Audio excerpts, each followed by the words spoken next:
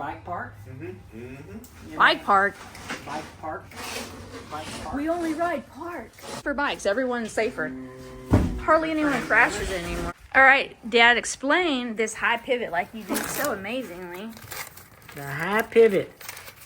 Well, all you gotta do is look at a motocross race bike, a moto bike that's raced on motocross courses, and every one of them has a high pivot.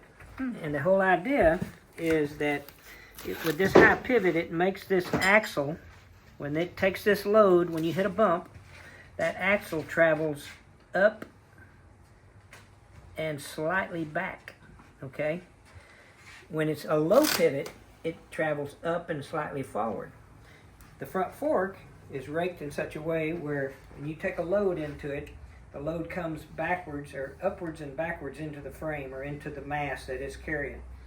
So the idea is it's a more natural way to dissipate that energy that bump creates. Instead of it being thrown forward into the frame, it's thrown rearward into the frame, which makes it work better. Yeah, kind of like a back handspring. Jump into that basket. Yeah, that could be it. And it doesn't have this much. It doesn't have pedal kickback. Yeah. Well, the pedal kickback is eliminated by the high jockey pulley.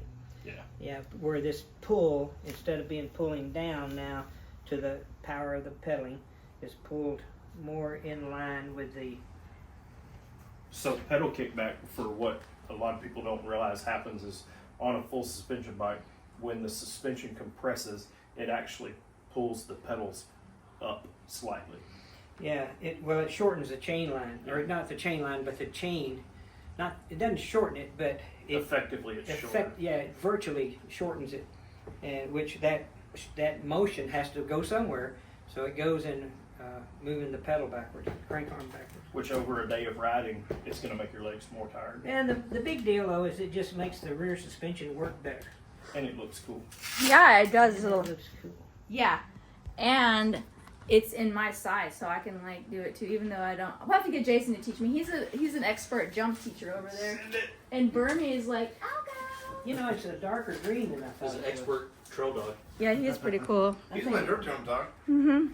Hey, you should link to the dirt jump video. Got a with little him. cool. He was found at a jump park, right? Yeah. I think it'll Yeah. be In fun. Birmingham. Oh, look at this too. Look at this high I'm volume just gonna shock. check it out. Look. Oh. The rear shock is a high volume shock, which makes it more linear on the spring ramp up.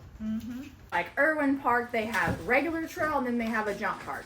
You And go to bikes are Boston getting Park, bigger. Same way. So yeah. New waterfall downhill hub in Ruston, Louisiana at Lincoln Parish Park. There's a mountain bike trail and there are downhill hubs and features.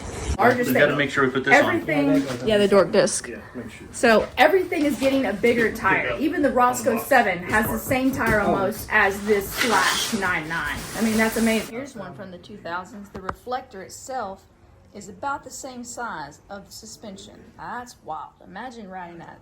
That's like a hybrid. But this was a full-blown, hey, I'm gonna rock and roll on a trail.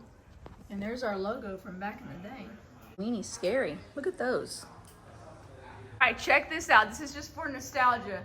That was considered like a really fast race bike, I don't know, like in the 2000s. Literally that bike that he was on right there is that teeny weeny tire right there. I used to practice endoing, for real. That was like a part of my dad's routine. You guys watch, but you got to subscribe. Get it dirty. And jump. Did you clank it? Does it clank good? Or Let not? me see. Gotta do the test.